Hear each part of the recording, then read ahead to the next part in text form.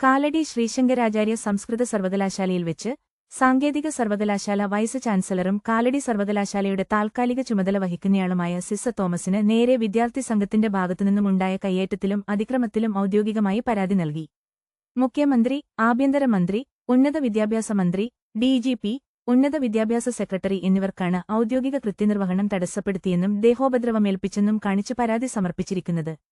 ക്യാമ്പസിൽ വെച്ച് ഒരു സംഘം വിദ്യാർത്ഥികൾ തന്നെയും ഒപ്പമുണ്ടായിരുന്ന സിൻഡിക്കേറ്റ് അംഗങ്ങളെയും പേഴ്സണൽ സ്റ്റാഫിനെയും കയ്യേറ്റം ചെയ്തതായും ഔദ്യോഗിക വാഹനത്തിന് കേടുപാടുകൾ വരുത്തിയതായും പരാതിയിൽ വ്യക്തമാക്കുന്നു. സർവകലാശാലയിലെ വിദ്യാർത്ഥികൾക്ക് പുറമെ പുറത്തുനിന്നുള്ളവരും അക്രമത്തിൽ പങ്കാളികളായിരുന്നു. സംഭവവുമായി ബന്ധപ്പെട്ട് സിസ തോമസ് ഗവർണറെ നേരിൽ കണ്ട് വിവരങ്ങൾ ധരിപ്പിച്ചു. സ്ഥലത്ത് പോലീസിന്റെ സാന്നിധ്യമുണ്ടായിരുന്നിട്ടും തങ്ങൾക്കും സിൻഡിക്കേറ്റ് അംഗങ്ങൾക്കും ആവശ്യമായ സുരക്ഷയൊരുക്കാനോ മുൻകരുതലുകൾ സ്വീകരിക്കാനോ പോലീസിന്റെ ഭാഗത്തുനിന്നുണ്ടായില്ലെന്നും ഗവർണറുടെ ശ്രദ്ധയിൽപ്പെടുത്തിയിട്ടുണ്ട്. ഗവർണറുമായുള്ള കൂടിക്കാഴ്ചയ്ക്ക് ശേഷമാണ് വിവിധ അധികാരികൾക്ക് പരാതി കൈമാറിയത്. കൂടുതൽ വാർത്തകൾക്കായി ഈ ചാനൽ സബ്സ്ക്രൈബ് ചെയ്യൂ.